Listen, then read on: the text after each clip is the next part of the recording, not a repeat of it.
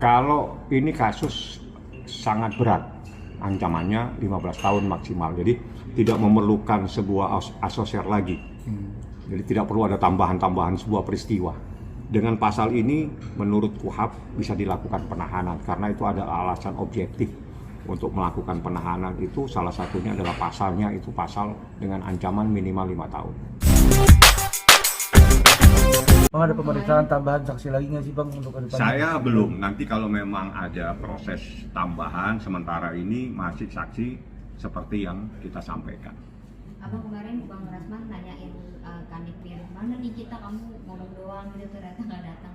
Menurut Abang gimana? Saya nggak nanggapin ya, karena urusannya nggak ada kaitannya sama. Jadi gini, kewajiban pelapor membuat laporan. Kewajiban pelapor ya, adalah menyampaikan laporannya. Kewajiban pengacara mendampingi, kewajiban advokat mendampingi pelapor. Saat itu semuanya sudah saya lakukan. Mendampingi Niki, mendampingi saksi-saksi yang diperlukan, menyampaikan bukti-bukti. Lebih lanjut Nikita menyerahkan kepada saya. Tidak ada kepentingan Nikita harus ada ke Polres. Karena Nikita tidak dalam proses untuk dilakukan pemeriksaan. Jadi Nikita ke luar negeri jalan-jalan, lagi happy dengan anak-anaknya. Bang, kemarin kata pihak Fadel juga, Fadel yakin gitu bakal lolos dan sebagainya. Nah, dari berapa pertanyaan Polda 33, itu menurut Abang gimana? Itu penyidik.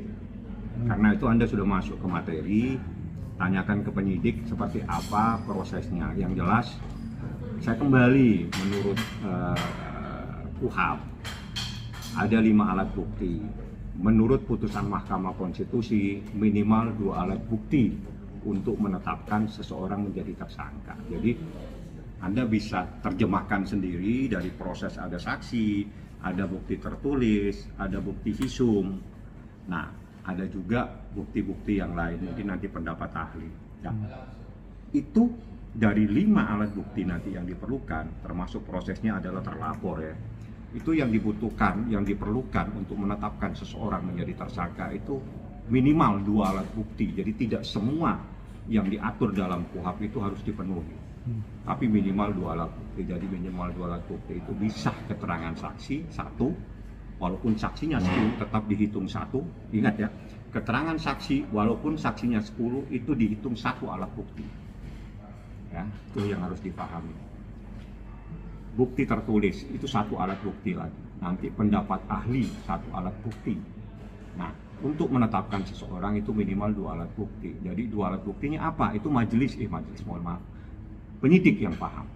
Tapi pihak Rasman bahwasanya mengungkapkan kalau tim Niki itu kurangnya adanya bukti gitu Bang semalam kemarin ngomongnya. Mau bicara apa saja silakan. Nggak akan saya tanggapin. Karena yang tahu bukti ada tidak ada penyidik. Sedangkan dia saja nggak tahu itu ada visumnya bunyi apa, betul kan? Dia nggak ngerti apa-apa. Karena penyidik tidak akan sampaikan ke dia. Karena visum itu ad repertum bahasanya, dan akan dibuka pada saat proses di pengadilan. Penyidik punya hak untuk tahu. Penyidik akan mendasarkan penilaian terhadap peristiwa ini dari visum. Penyidik akan melakukan penilaian atas peristiwa ini berdasarkan bukti saksi. Penyidik akan melakukan penilaian atas peristiwa ini berdasarkan bukti surat.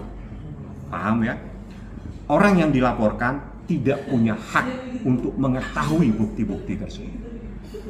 Ya, kalau saya pelapor, saya tahu apa buktinya yang kami sampaikan. Seperti itu. Jadi dibedakan supaya clear. Kalau Anda tanya, dia tahu nggak hasil visum? Nggak tahu. Saya tahu. Itu perbedaannya. Kenapa? Karena saya adalah pelapor. Saya adalah mewakili korban. Mewakili Nikita Mirzani yang anaknya menjadi korban dalam peristiwa ini. Isi visumnya tahu, tapi saya tidak boleh sampaikan. Tapi kalau Anda tanya kepada terlapor, dia nggak tahu apa-apa. Penyidik pun tidak akan menyampaikan visum itu. Bang, artinya Abang udah tahu hasil visumnya. Dari hasil visum terus keterangan saksi, berarti dapat disimpulkan bahwa si terlapor ini melakukan tindak pidana yang benar-benar akan terjerat atau bisa kemungkinan statusnya menjadi tersangka, Bang. Itu alangkah baiknya kalau pas lagi di Polres tanya ke Humas. Yang saya sampaikan menurut aturan, jadi berdasarkan putusan Mahkamah Konstitusi untuk menentukan seseorang menjadi tersangka itu berdasarkan minimal 2 alat bukti. Berdasarkan KUHP ada 5 alat bukti yang diatur, jadi terdiri dari bukti saksi, terus pendapat ahli, bukti surat, gitu. Artinya sejauh ini kan abang sudah melampirkan tuh 2 alat bukti yang menurut abang itu masuk memenuhi unsur untuk menjerat si terlapor sendiri, unsur pidananya masuk. Betapa bang?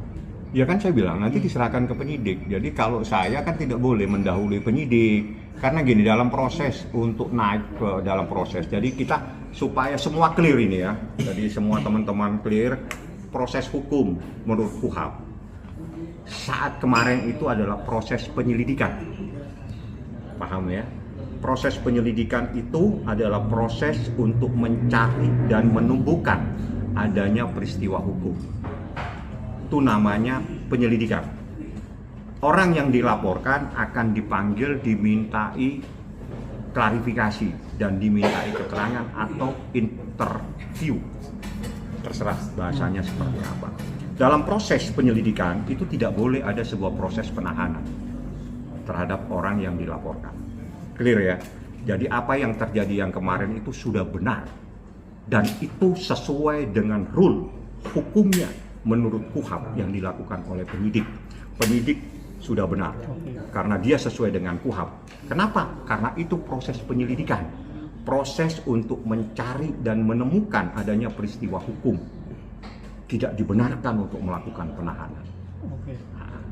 Bang, tapi Sudah clear ya? Jadi clear semua. Jadi bukan hal yang istimewa kemarin. Oke. Bang, tapi kalau melihat pasalnya artinya hukumannya di atas 5 tahun, ini kan bahkan 15 tahun ya bang. Iya.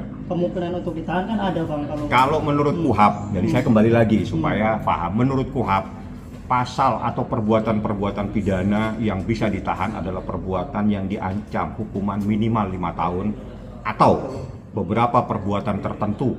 Salah satu perbuatan tertentu itu adalah penipuan penggelapan yang ancamannya 4 tahun tapi bisa ditahan.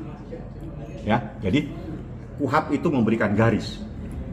Perkara tindak pidana dengan ancamannya 5 tahun minimal tahan. Bisa. Atau ada ataunya. Perbuatan-perbuatan pidana yang sebagaimana disebut di bawah ini itu bisa ditahan.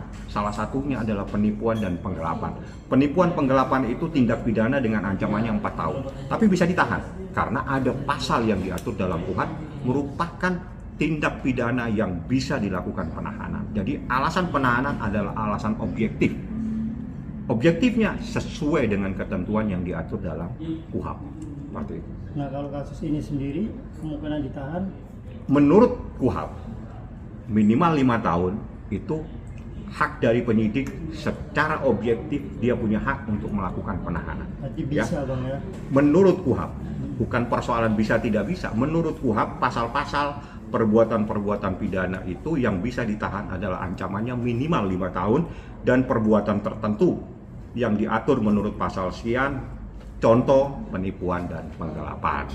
Anda bisa simpulkan sendiri dengan saya jabarkan seperti ini. Jadi saya jabarkan menurut KUHP saja supaya kita tidak miss di dalam menjelaskan kepada masyarakat. Oke, terus biasanya proses berikutnya apa bang setelah? Jadi proses berikutnya yang Anda tanya penyelidikan. Kemarin itu penyelidikan. Jadi bukan hal yang istimewa seseorang itu terus bisa pulang karena wajib pulang. Justru salah kalau penyidik tidak memulangkan orang yang dalam proses penyelidikan. Setelah itu tahapan berikutnya adalah penyidikan. Penyidikan itu dalam rangka untuk mencari dan menemukan siapa yang harus bertanggung jawab atas adanya peristiwa hukum tersebut. Paham ya? Biasanya itu penyidik sudah tahu siapa yang bertanggung jawab.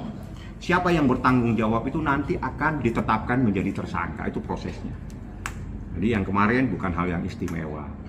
Itu sudah benar koridornya. Justru salah kalau penyidik melakukan penahanan. Jadi kita acungin jempol karena sesuai dengan rule, berjalan sesuai dengan KUHP. Oke, artinya masih ada proses lagi yang harus. Proses ada lagi karena artinya nama si terlapor bisa dipanggil lagi, diperiksa. wajib dipanggil lagi karena prosesnya setelah ini adalah proses penyidikan. Nah, kewajiban Anda mencarikan informasi kepada Humas bagaimana proses selanjutnya, karena proses selanjutnya adalah proses penyidikan.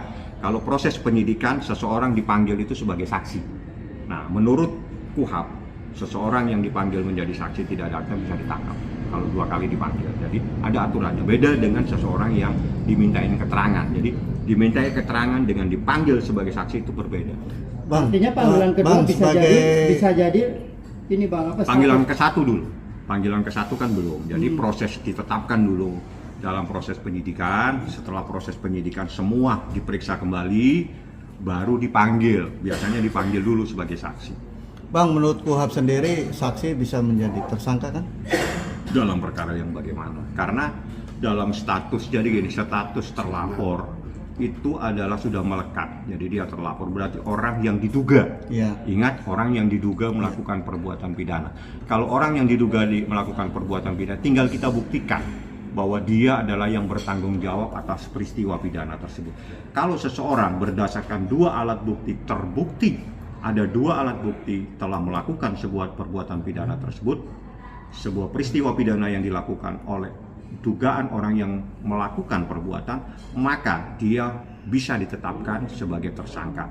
Dasar hukumnya selain KUHP adalah putusan Mahkamah Konstitusi, karena sudah dibatasi oleh Mahkamah Konstitusi minimal 2 alat bukti, sehingga tidak bisa orang dengan 1 alat bukti menetapkan seseorang menjadi tersangka. Jadi 2 alat bukti, saya katakan kembali, walaupun saksinya ada 10, dihitung 1 alat bukti. Ya. Jadi saksinya 10 tetap 1 alat bukti. Nanti bukti yang lain apa? Bukti tertulis.